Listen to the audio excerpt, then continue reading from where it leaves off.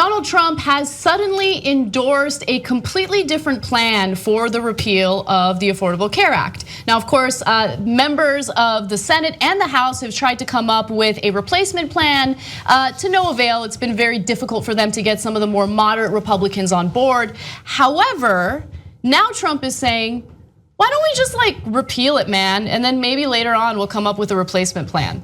Let me give you his tweet. He says, if Republican senators are unable to pass what they are working on now, they should immediately repeal and then replace at a later date. Okay, so where is this coming from?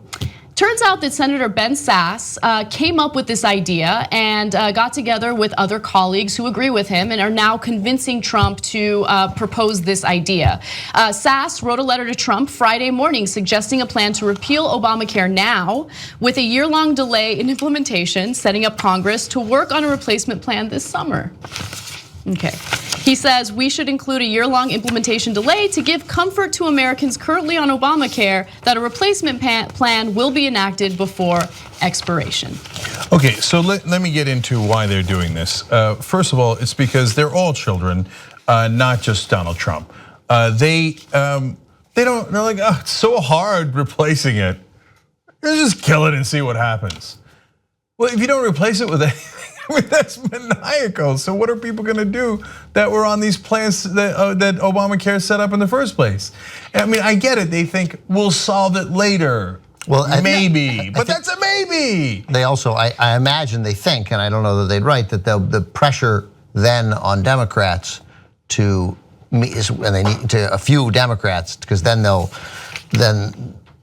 it won't be a reconciliation. Then they might need 60 votes, that they'll need some Democrats because then there'll be no healthcare plan. So you'll be essentially starting over. So a plan that covers some people, right, in a totally new way will be different, and there'll be pressure on some moderate Democrats who want to do something. Or the other possibility is simply they've repealed Obamacare, so those tax breaks, then they get, that's essentially the tax break that goes to the wealthy. And then, as we think, they'll just never replace it because they don't care. They don't mean to. The thing that sticks with their core voters wasn't repeal and replace. It was just the repeal part. That's the win that they need to get politically from their base. Yeah, and so I won't talk about taxes because I think that's the main point here. But you made a great point that I hadn't considered, because if they don't do anything, but they've repealed Obamacare, and a year from now that's going to take effect under this plan, right? Well, then a lot of people are going to lose their insurance, and it's going to be in desperate straits. And that allows for what the Republicans always do: hold American people hostage. And they know that some Democrats have a conscience, and so they'll be like, well, they're all going to lose their insurance, so you better give us what we want, otherwise these people are gonna die. Right. Right? And so some Democrats are like, oh, God damn it, now we gotta work with them, because some of them actually care about people. And it's such a dirty, you could only do that dirty tactic if you don't care about people at all. Well, I think it's been obvious that some portion of Congress doesn't genuinely care about people at all. I mean, considering the types of proposals that they've come up with.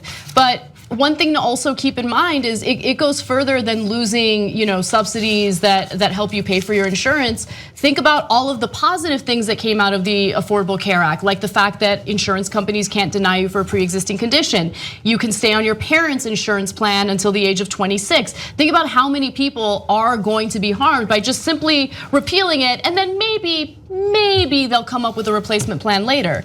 Oh no, guys! Look, the way that you two have explained it, I'm now pretty sure this is the route they're gonna go. I mean, I hope not, but because then they'll be able to say, oh, well, hey, press, it's your job to call it 50-50. I mean, the Obamacare is going away in 2 weeks, and when the time comes a little bit later, and if the Democrats don't work with us, it's equally their fault.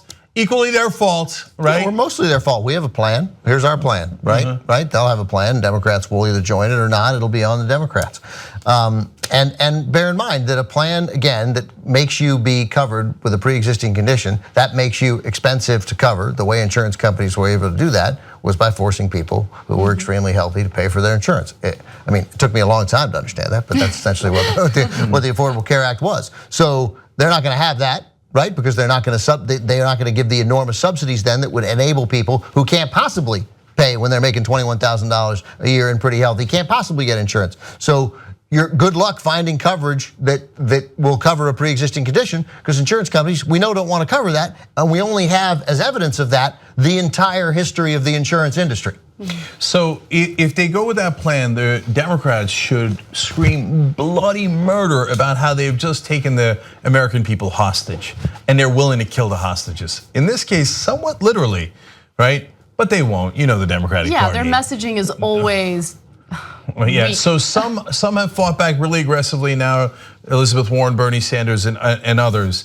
But if we're left to the Democrats saving the day on messaging, we're in a world of trouble. Finally, to the second point that Ben was making, look, the number one priority of these Republicans is repealing those tax increases on the rich that came with Obamacare. So that's why they're like, replace, like, whatever, dude. As long as we take away those, those tax increases, and hence now that they're into law, they'd have to do about $800 billion in tax cuts.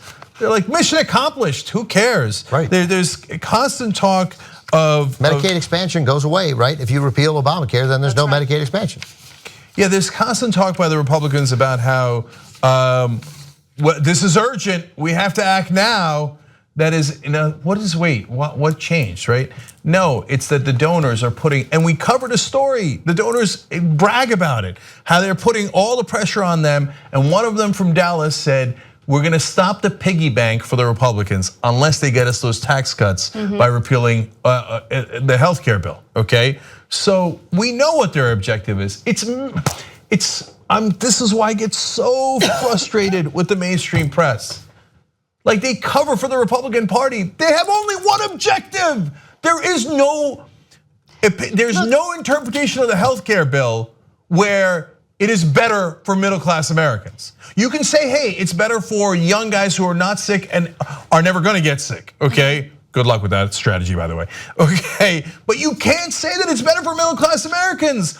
And you can't say they care. It is obvious in their policy proposals that they don't give a damn. I have to jump in and comment on what you just said real quick, because it is true that they're not saying that this healthcare plan would actually be worse than Americans. And by the way, I'm basing this off of my own consumption of cable news. I've been watching and listening to it quite a bit lately.